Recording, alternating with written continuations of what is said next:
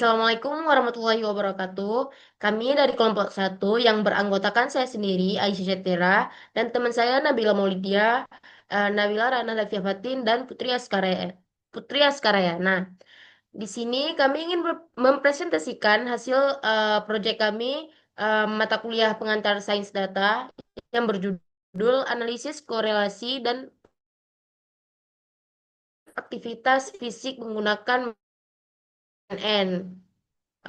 Baik, untuk di sini penelitian kami eh, baik belakang di untuk analisis takaran kalori berdasarkan aktivitas fisik dan karakteristik individu menggunakan lifestyle data. Analisis mencakup statistik deskriptif untuk melihat gambaran umum data, uji korelasi spermen untuk mengetahui hubungan antar variabel, serta metode KNN yang kami gunakan untuk memodelkan dan mengklasifikasikan tingkat pembakaran kalori. Eh, slide selanjutnya, untuk statistika deskriptif data pembakaran kalori dan variabel pendukung yang memiliki variasi yang cukup besar. Sebagian besar data itu berada pada kategori pembakaran kalori rendah hingga sedang. Sedangkan kategori itu memiliki jumlah paling sedikit, yang menunjukkan bahwa aktivitas dengan pembakaran kalori tinggi itu relatif lebih jarang dilakukan. Eh, untuk slide selanjutnya akan dijelaskan oleh teman saya. Di sini saya akan memvisualisasikan grafik. Di sini terdapat grafik yang menunjukkan distribusi kelas pembakaran kalori yang terbagi menjadi rendah, sedang, dan tinggi. Jumlah kasus pada kategori rendah sebanyak 9.165 data dan sedang sebanyak 9.195 data, yang menunjukkan bahwa sebagian besar observasi berada pada tingkat pembakaran kalori rendah hingga sedang. Sementara itu, kategori tinggi hanya berjumlah 1.643 data, sehingga memiliki proporsi paling kecil. Hal ini mengindikasikan bahwa aktivitas dengan pembakaran kalori tinggi relatif jarang terjadi dibandingkan aktivitas dengan pembakaran kalori rendah dan sedang. Slide selanjutnya. Slide selanjutnya saya akan menjelaskan tentang statistika inferensial. Ini uji korelasi Spearman yang oke. Selanjutnya adalah metode KNN. Metode KNN adalah algoritma yang berfungsi untuk melakukan klasifikasi suatu data berdasarkan train data yang diambil dari kata tetangga terdekatnya.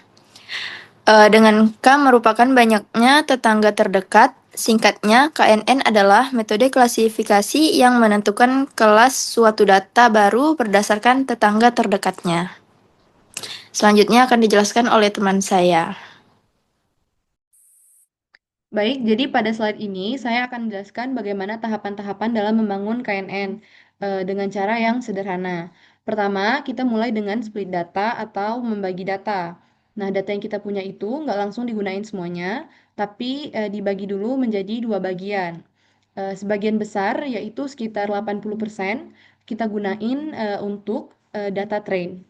Kemudian sisanya sekitar 20% kita gunakan untuk data test.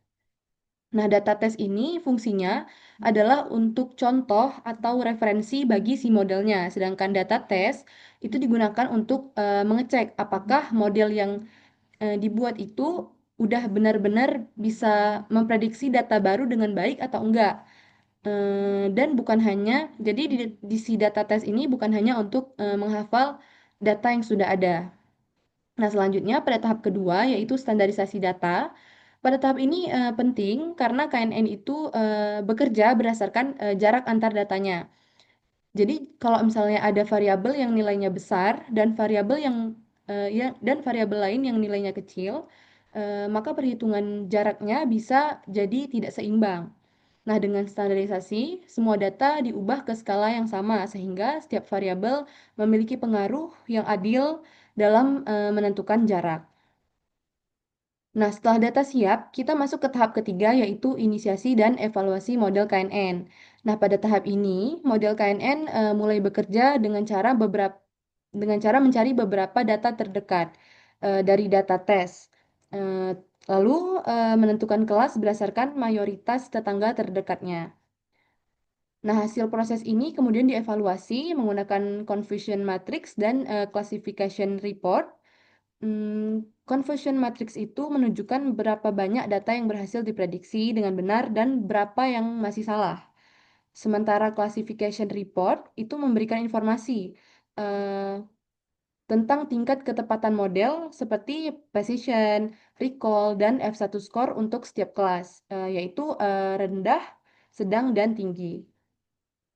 Nah, dari hasil evaluasi ini, kita bisa nilai apakah model KNN ini udah cukup baik atau masih perlu adanya perbaikan, misalnya dengan mengubah jumlah tetangganya atau variabel yang kita gunakan. Oke, slide selanjutnya.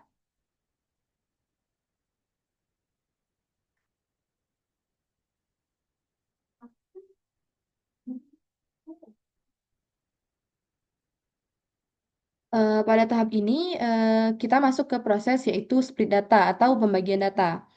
Tujuan utamanya yang seperti yang saya bilang tadi yaitu untuk membagi data menjadi dua bagian. Eh, Pertama kita lihat baris kode yang paling atas. Di sini ada calories burn yang awalnya berupa angka, kemudian diubah menjadi tiga kategori yaitu rendah, sedang, dan tinggi. Proses ini disebut juga pengelompokan data. Jadi fungsinya itu adalah untuk mempermudah dipahami oleh model KNN yang bekerja dengan kelas atau kategori. Nah, selanjutnya data dipisahkan menjadi dua bagian penting, yaitu X dan Y. X ini adalah data masukan, di mana X ini adalah informasi yang digunakan komputer untuk belajar. Kemudian yang Y ini adalah labelnya, di mana kita bisa lihat labelnya adalah rendah, sedang, atau tinggi. Setelah itu, data dibagi jadi dua bagian, 80% sebagai data train dan 20% sebagai data test. Kemudian data train ini untuk ngajarin komputer gimana sih pola data bekerja. Sedangkan data test digunakan untuk menguji apakah komputer benar-benar memahami pola tersebut atau enggak. Jadi bukan hanya ngafalin si datanya. Pembagian data ini dilakukan secara acak, tapi tetap konsisten karena kita menggunakan random state. Artinya, walaupun datanya diacak, hasil pembagiannya bakalan tetap sama setiap kali kode dijalanin, sehingga hasil penelitian ini bisa dipercaya. Next.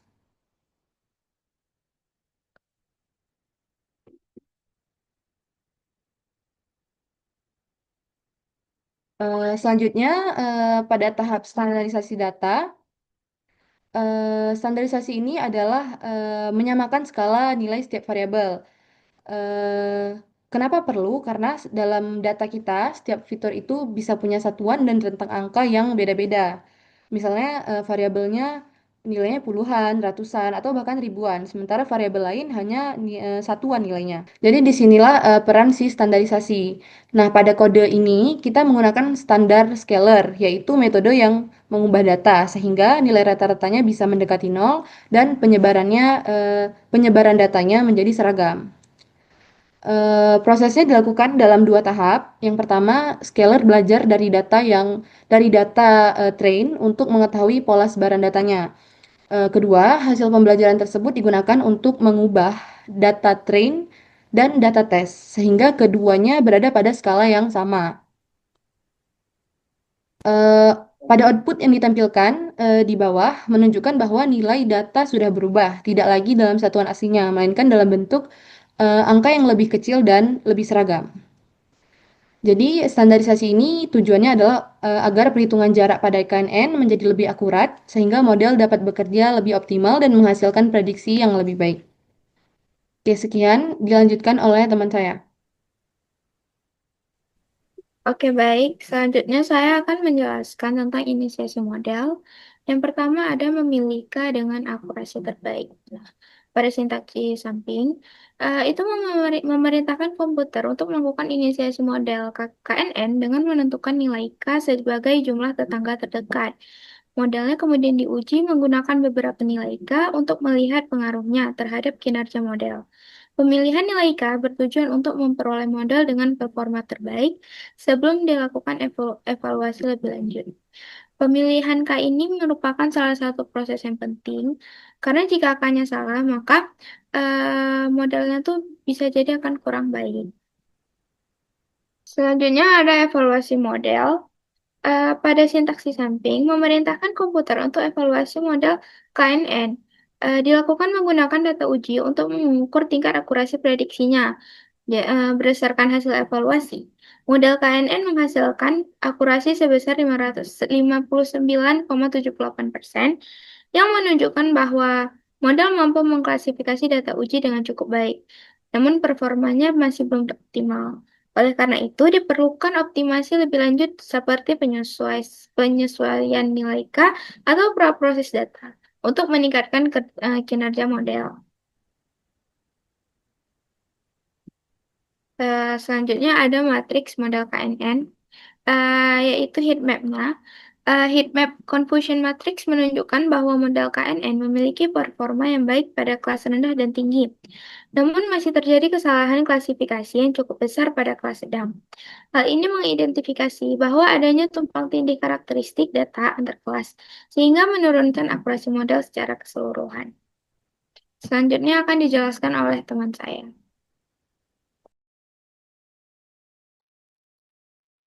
Baik, setelah apa yang sudah dijelaskan tadi itu, kita dapat simpulkan untuk hasil analisis ini bahwa terdapat hubungan positif yang kuat dan signifikan antara durasi aktivitas dan jumlah kalori yang terbakar. Pemodelan menggunakan metode KNN ini mampu mengklasifikasikan tingkat pembakaran kalori dengan cukup baik, namun performa modelnya itu masih perlu ditingkatkan melalui optimasi lebih lanjut. Um, Sekian dari kelompok kami, lebih dan kurang kami minta maaf. Terima kasih atas perhatiannya. Assalamualaikum warahmatullahi wabarakatuh.